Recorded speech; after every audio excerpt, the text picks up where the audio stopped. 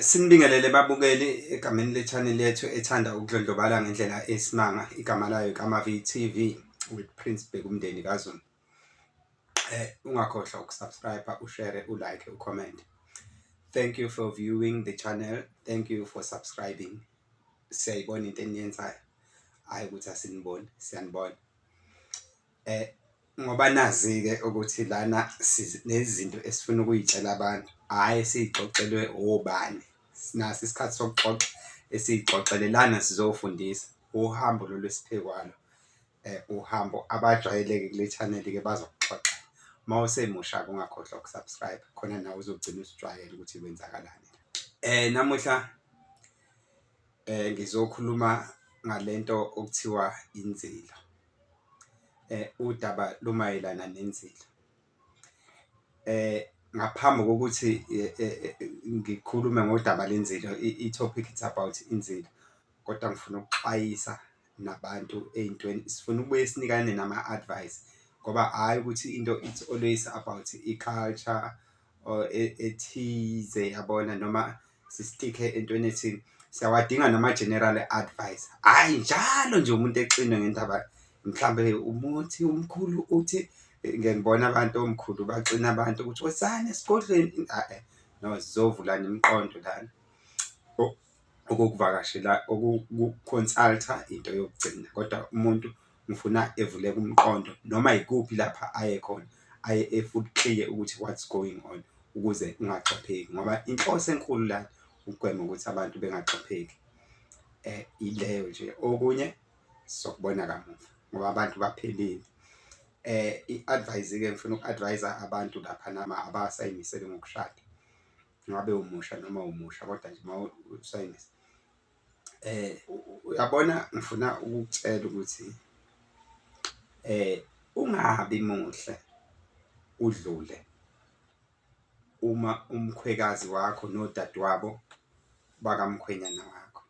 Leyo nto izokufaka engozini enkulu yokuthi bengakuthandi la ekhaya, vese awuthandani nabo futhi awubancengile, kodwa kungenzeka kugcine engasafikanga ekutheni nigcine nishadile nomuntu wakho ngenxa yokuthi umuhle kakhulu noma uklini kakhulu. Kodwa angisho ukuthi ungagezi, angisho ukuthi ngcono, kodwa ungabi muhle kakhulu udlule abantu basemzini ngoba bazoba nojelasi. Uma umkhwenyana wakho uzoba nojelasi, ehlangane nodadewabo bebe nojelasi ngoba yini nje?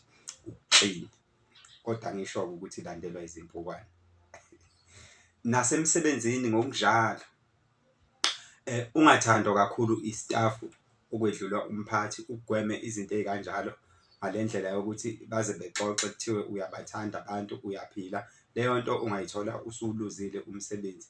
Kanjani na? Ngoba umphathi uma elokhu ezwa lezo zinto zimnika i-hard time ne-pain enhlizweni yakhe etshutshumbayo, ukuthi shuthi uma engafika umqashi wenu engathola umlayezo ukuthi inanga umuntu shuthi isikhundla sakhe sisengcupheni. Ukuthi uma uyintombazane ungabi muhle udlule umphathi wakho, uzokuxosha. Unomona ukuthi umuhle kodwa ukuphethe, unojelasi.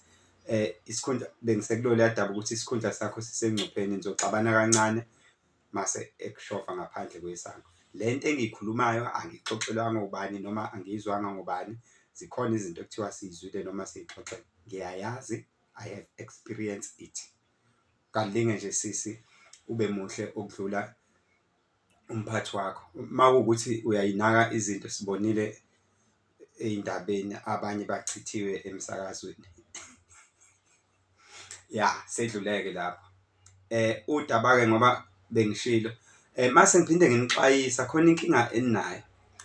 Niyathanda ukuthi nihambe niyolinda laphana, umuntu umuzwe ethi ulinde umkhulu. Ngeke ngizwe le language ihamba kahle. Abafana abancane bayayithanda ukuthi behlulwe isikole mase befuna ukuba omkhulu khona bezohlonishela ukuthi abafundanga isikole. I-wrong leyo nto. Ahamba ubiza bonke abantu ngomkhulu ongabazi. Lana umkhulu wakho awumazi kumele umbona nje umuntu ukuthi akusomkhulu. Umuntu ethi hhayi ngilinde umkhulu lapha, uma umfonela yini kwenze njani? Hhayi use-police station uyovula icala, kade kunabantu abafuna ukumdubula, kodwa wena uzofuna umuthi wokuthi ungadubuleki, uzofuna umuthi wesibhamu kulowo mkhulu. Uyayibona ukuthi lento yakho ubani oyisidididi lapho? uwena. Uyafika nangampela umkhulu ufika ne-case number useyakuxoxela ukuthi naye kunamadoda afuna ukungizama la, kodwa uzogqishisa wena ukuthi ungadubuleki. Uyabona ukuthi uwohamba uyibukisa ngezwe, uhamba uyibhayizisa uthena umkhulu, ngoba phela unayo lento kanti akayisebenzisi ngani. Mose ukuzodlala mfowethu, ekugcineni mose uhamba ukhala la kanti wena uhambe uyifake ey'nkingeni. Alright, siye-ke kuloliya daba lensilo. Yahlale-ke odabeni esize ngalo lapha osukwini lanamuhla. Namuhla ngizokhuluma ngodaba lensilo. Ngifuna lapha sikhuluma ukuthi mangabe sifuna ukukhuluma ngobaba onesithembu, abantu baqala bebenesithembu, ufuna ukuyiqalekisa lapho lento, ukuyiqalekisa ngalokho lento ngoba ngikhuluma ngezinto mina esezadlula nezenzeka manje neyizayo. Ubaba wala ekhaya mangabe nesithembu mase yashona, umakoti omdala ozomzilela. Abazi ukumzilela bonke omakoti, uzozilelwa umakoti omdala. Mawukuthi ubengasekho umakoti omdala, omncane uyamzilela. Uyayimboza-ke mawuzilele ubaba wasekhaya, umnumzane, uyayimboza. Omunye umuntu uzoyibuza ukuthi uyayibona umuntu ehleli emakhandleleni lapha kodwa engayimbozile. Lapha esithola ungayimbozile khona umakoti noma umama lapha ezilele khona indodakazi yakhe ebingakayo ukuyogana noma ukuyoshada. Akayimbozi-ke lapho, ukubeka la emahlombe lokho ukuhloniphisa. Noma mhlawumbe indodana yakhe ibingakagani.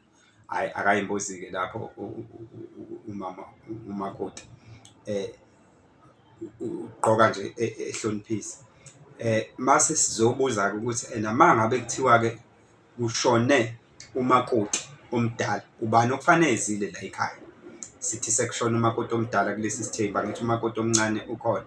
Abaningi-ke ngiyeke ngizwe-ke bekhuluma-ke bethi hhayi kufuneke ezilele umakoti omncane. Umbuzo uthi kanti umakoti omncane wayezogana bani?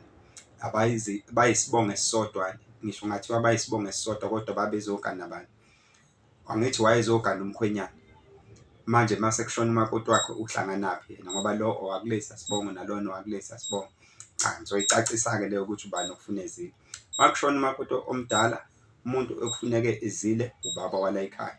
Hawu, ubaba uyigqoka kanjani inzilo? Cha, akazi ukuyigqoka inzilo ubaba wala ekhaya. Into azoyenza iyodwa nje vana ukuthi efake lokhu okufakwa lana, futhi nakhona akazi ukukufaka unyaka wonke. Angisho isidwedwe, ngiyasibona isidwedwe siseceleni.